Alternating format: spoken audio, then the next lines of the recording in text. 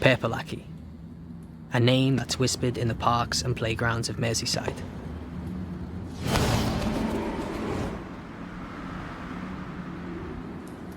A threat made to kids.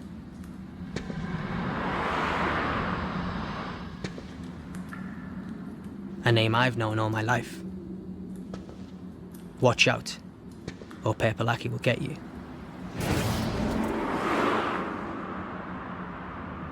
A bogeyman that nobody was really sure even existed. When I was at school here, we'd all joke about him. We'd wonder if he was real. We'd make threats, saying he was going to come and get you. And we'd laugh, but we'd be a little bit scared.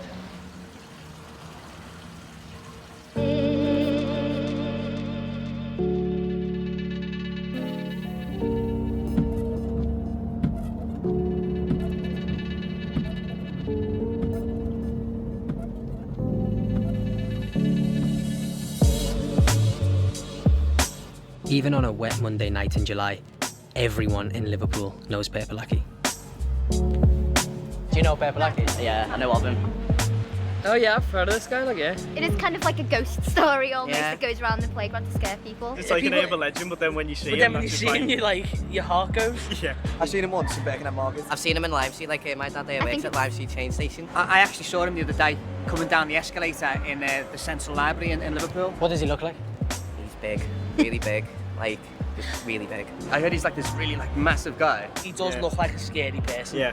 Because he just looks like he'd take it in a fight no matter what. Yeah. He's infamous, isn't he? He's Yeah. fighting for the wrong reasons, though. Why do you think he is? Because he asks people to squeeze the muscles, doesn't he? He touches men's muscles and boys' muscles and follows them to the gym. My dad knew him when he was a kid, and my dad said he's always been a bit of a like alone, a bit of a weirdo. Everyone at some point has seen him or been chased by him or whatever. Everyone knows he's the bogeyman of Liverpool, that's all he is. Yeah. It's amazing. Everyone in Liverpool has heard of Perpolacky. Everyone thinks they've spotted him and felt a shiver. But why is everyone so scared of him?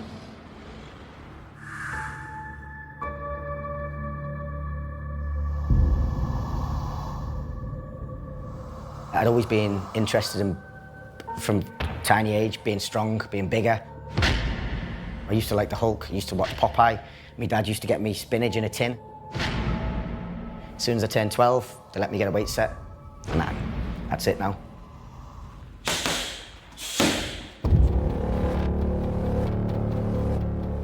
I was 15 at the time, and I was walking across the road, and this big black fella banged into me. And he said, I know you, don't I? And I said, I don't think so. And he said, I do. What gym do you train at? So I told him, and he said, well, I train there, that's where I know you from. He was like, well, let me just show you these murderers on trial in the law courts. I was like, I don't want to see any murderers on trial. Straight away, he turned on me and said, you're being racist, you don't want to come with me because I'm black. And I was like, shocked. I was like, my dad's from Egypt, I'm not racist. Anyway, we went in the law courts, and this is where it gets a bit weird. Went into a little tiny room. So he said, take your top off. But I want to see your muscles. So I was like, I don't want to take my top off. He's like, why, what's wrong with it? You do bodybuilding, I'm into bodybuilding, I just want to see your muscles, that's it. He was stood in front of the door, I had nowhere to go. In the end, took my top off. And he's got me doing all these bodybuilding poses, he's looking at me. He's like, right, I want to see how strong you are. Get me in a fireman's lift and squat me. So I was like, no chance. He's like, why not? He started getting a bit aggressive. Anyway, I just ended up doing it. So he's on your back? He's on here like this. Fucking massive, 6'5" he is. He was sweating loads, and I remember thinking, why are you sweating? After I put him down, he wasn't in front of the door, so I just opened the door and legged it. Ran all the way to the train station, train back to Formby. 2-3 weeks after this has happened, I was on my bike, riding home about 11 at night. Next thing, he jumps out, grabs me. He's like, I've brought me tape measure to measure your muscles. He tried to put it around my leg, and that's when I pushed him and ran, banging on the door. Mum, Dad, that big black fella's here. My dad and his mate run out looking for him. He's gone. We got the police. The police were like, is this him? I was like, yeah. They had a picture of him? A picture of him, Akinwale Arabiki. You might have heard of him, Perpolacky.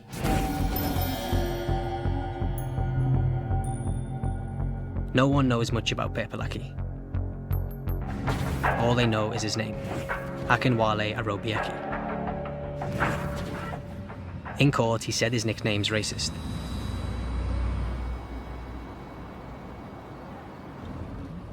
He's being questioned by the police about muscle touching nearly 70 times.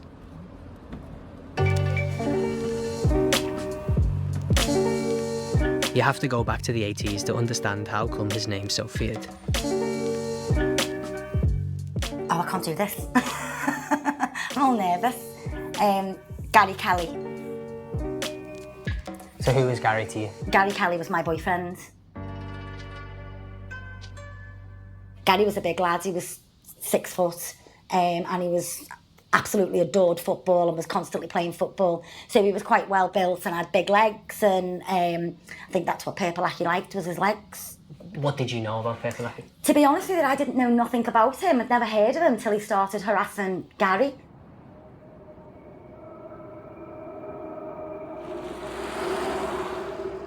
He was like a bloody ghost, because you're at the bus stop and there's no one there. And the next minute, he's there in the bus stop right next to you, and you're like, where did he just come from? Because you didn't see him coming, it was like he just appeared.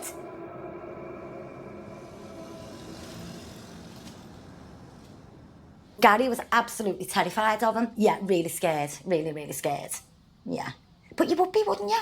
He'd be standing in the entry at the side of his house. So you wouldn't know that he was there, and as Gary would leave my house and walk over, he'd just step out the entry. And then Gary would go down the entry with him, and that's where he used to make Gary do the squats and stuff. Gary said that he would get excited by that. So that's why Gary went to the police in the end and got a harassment order. And the order was Pepelaki wasn't supposed to come over to Birkenhead. He was supposed to stay on, he wasn't allowed over the Mersey. He was supposed to stay on the Liverpool side, and he didn't.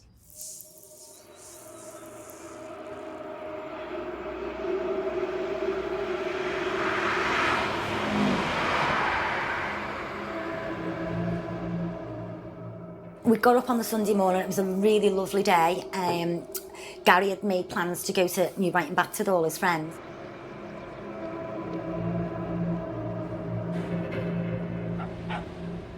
I come home and I was in the bath, and then the next minute I heard his mum screaming. Something to do with Pepelaki following him or chasing him.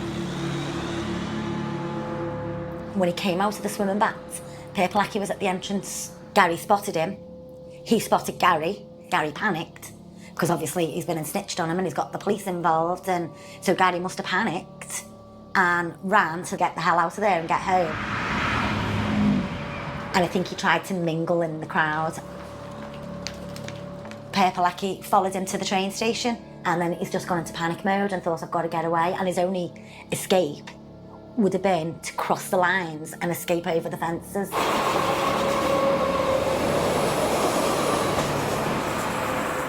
He got caught on the lines and got electrocuted. Aki was convicted of manslaughter. But it was overturned because there was no evidence that he'd actually threatened or even touched Gary. Aki's defence was he was the victim of racism. He was just on the platform, looking at trains. It's almost as if fear had killed Gary Kelly. Everywhere you went, there was like writing all over, like train stations and walls, R.I.P. Gary Kelly, always remember Gary Kelly. And obviously I think loads of slanderous stuff about Pepelaki. I mean, growing up, I've heard so many people pretend that they've seen him. You know, there's always a kid in school who's... Do you think they pretend that they've seen him, or do you think they've actually seen him? I just didn't even know he existed at first, so... I can't believe that you didn't think he existed. I don't think many people did. No.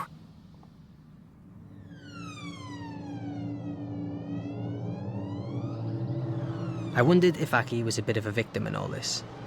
A big black man in a white city with an odd obsession with muscles. The fear came from the unknown. But then I met Kelly Mullaney. She's moved to the other end of the country, and even now she doesn't feel safe. When I was about 13, 14, going to the local park, you had to pass the forest, and they always said Pepelaki lives down there. Growing up, it was a myth. I didn't believe him. I just used to think Purple Blackie doesn't exist. When did the myth become a reality? As I got a bit older, we were outside the shop and we were drinking cider. It was like Mad Dog 2020, something like that. And then we were just all hanging about and he just turned up in this silver Granada. Everybody's just like, oh my God, it's Purple Blackie. He's just purple and huge. There's just no one else like him. One day I was going home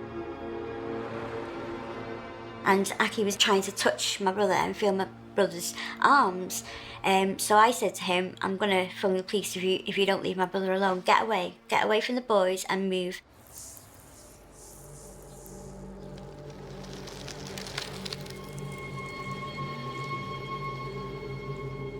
When I got home, it was about half an hour later, it was bang, bang, bang on the door. So I looked out the window and he was like, come down here. I was like, I'm not coming down. He came round with a gun, put it through my letterbox and said, you're fucking dead, you're dead, you're dead. They were the exact words. You're fucking dead, you're dead, you're dead. I phoned the police. There was like 6 or 7 police cars there within a minute. And yeah, he got charged with threats to kill against me. Aki was sentenced to 2.5 years, but there was no evidence of any gun.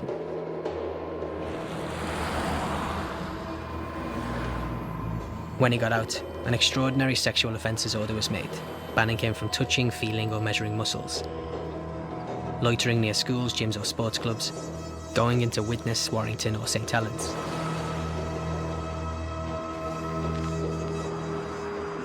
What's it like being someone who sent down Purple Blackie? To be honest, when I'd done it, I was like, why the hell have I just done that? You know, this is going to make my life hell sort of thing. And I ended up moving down here, which has changed my life completely. So you had to move away? Yeah. Just to be on that safe side. And that's like 16 years later, you know?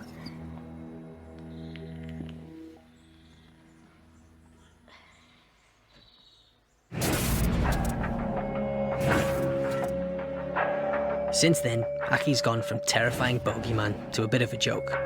Oh, he's 6'6" and he's 20 stone. I tracked him down to an address in Liverpool and got a number for his solicitor. So I got a letter back from Aki saying, could you please stop calling round to my home? You have my solicitor's name and number. It's odd to have heard back from a man who, at the start, I wasn't even really sure existed. And now I have something physical and real. This is a man who is known for harassing people, and he sent us a letter saying to basically stop harassing him. It's a bit surreal. A few months ago, Aki got the sexual offences order overturned. The judge agreed muscle touching wasn't a sex crime. Aki said he was reforming. He may no longer inspire fear, but he still haunts people. I didn't tell anyone I was pregnant until after his dad's funeral, which was 6 weeks. The timing just didn't seem right to be telling people that I'm carrying his baby, and so, Ben, this is Jamie Lee. Hey, Jamie. Jamie Lee's my Hey, daughter. okay? Sorry for invading your house. It's okay. For a lot of people, it's a joke. He is a boogeyman. He's like, my boyfriend says people walk through town and if they see him, they'll take selfies. That's And crazy. But not a lot of people are aware of what happened to my dad. It's a sickening dip in my stomach because that actually happens to people. And do you know? Do you think people know who he really is? No, not at all. Who is he really? Don't know. Even from someone whose life is affected, don't know who he is.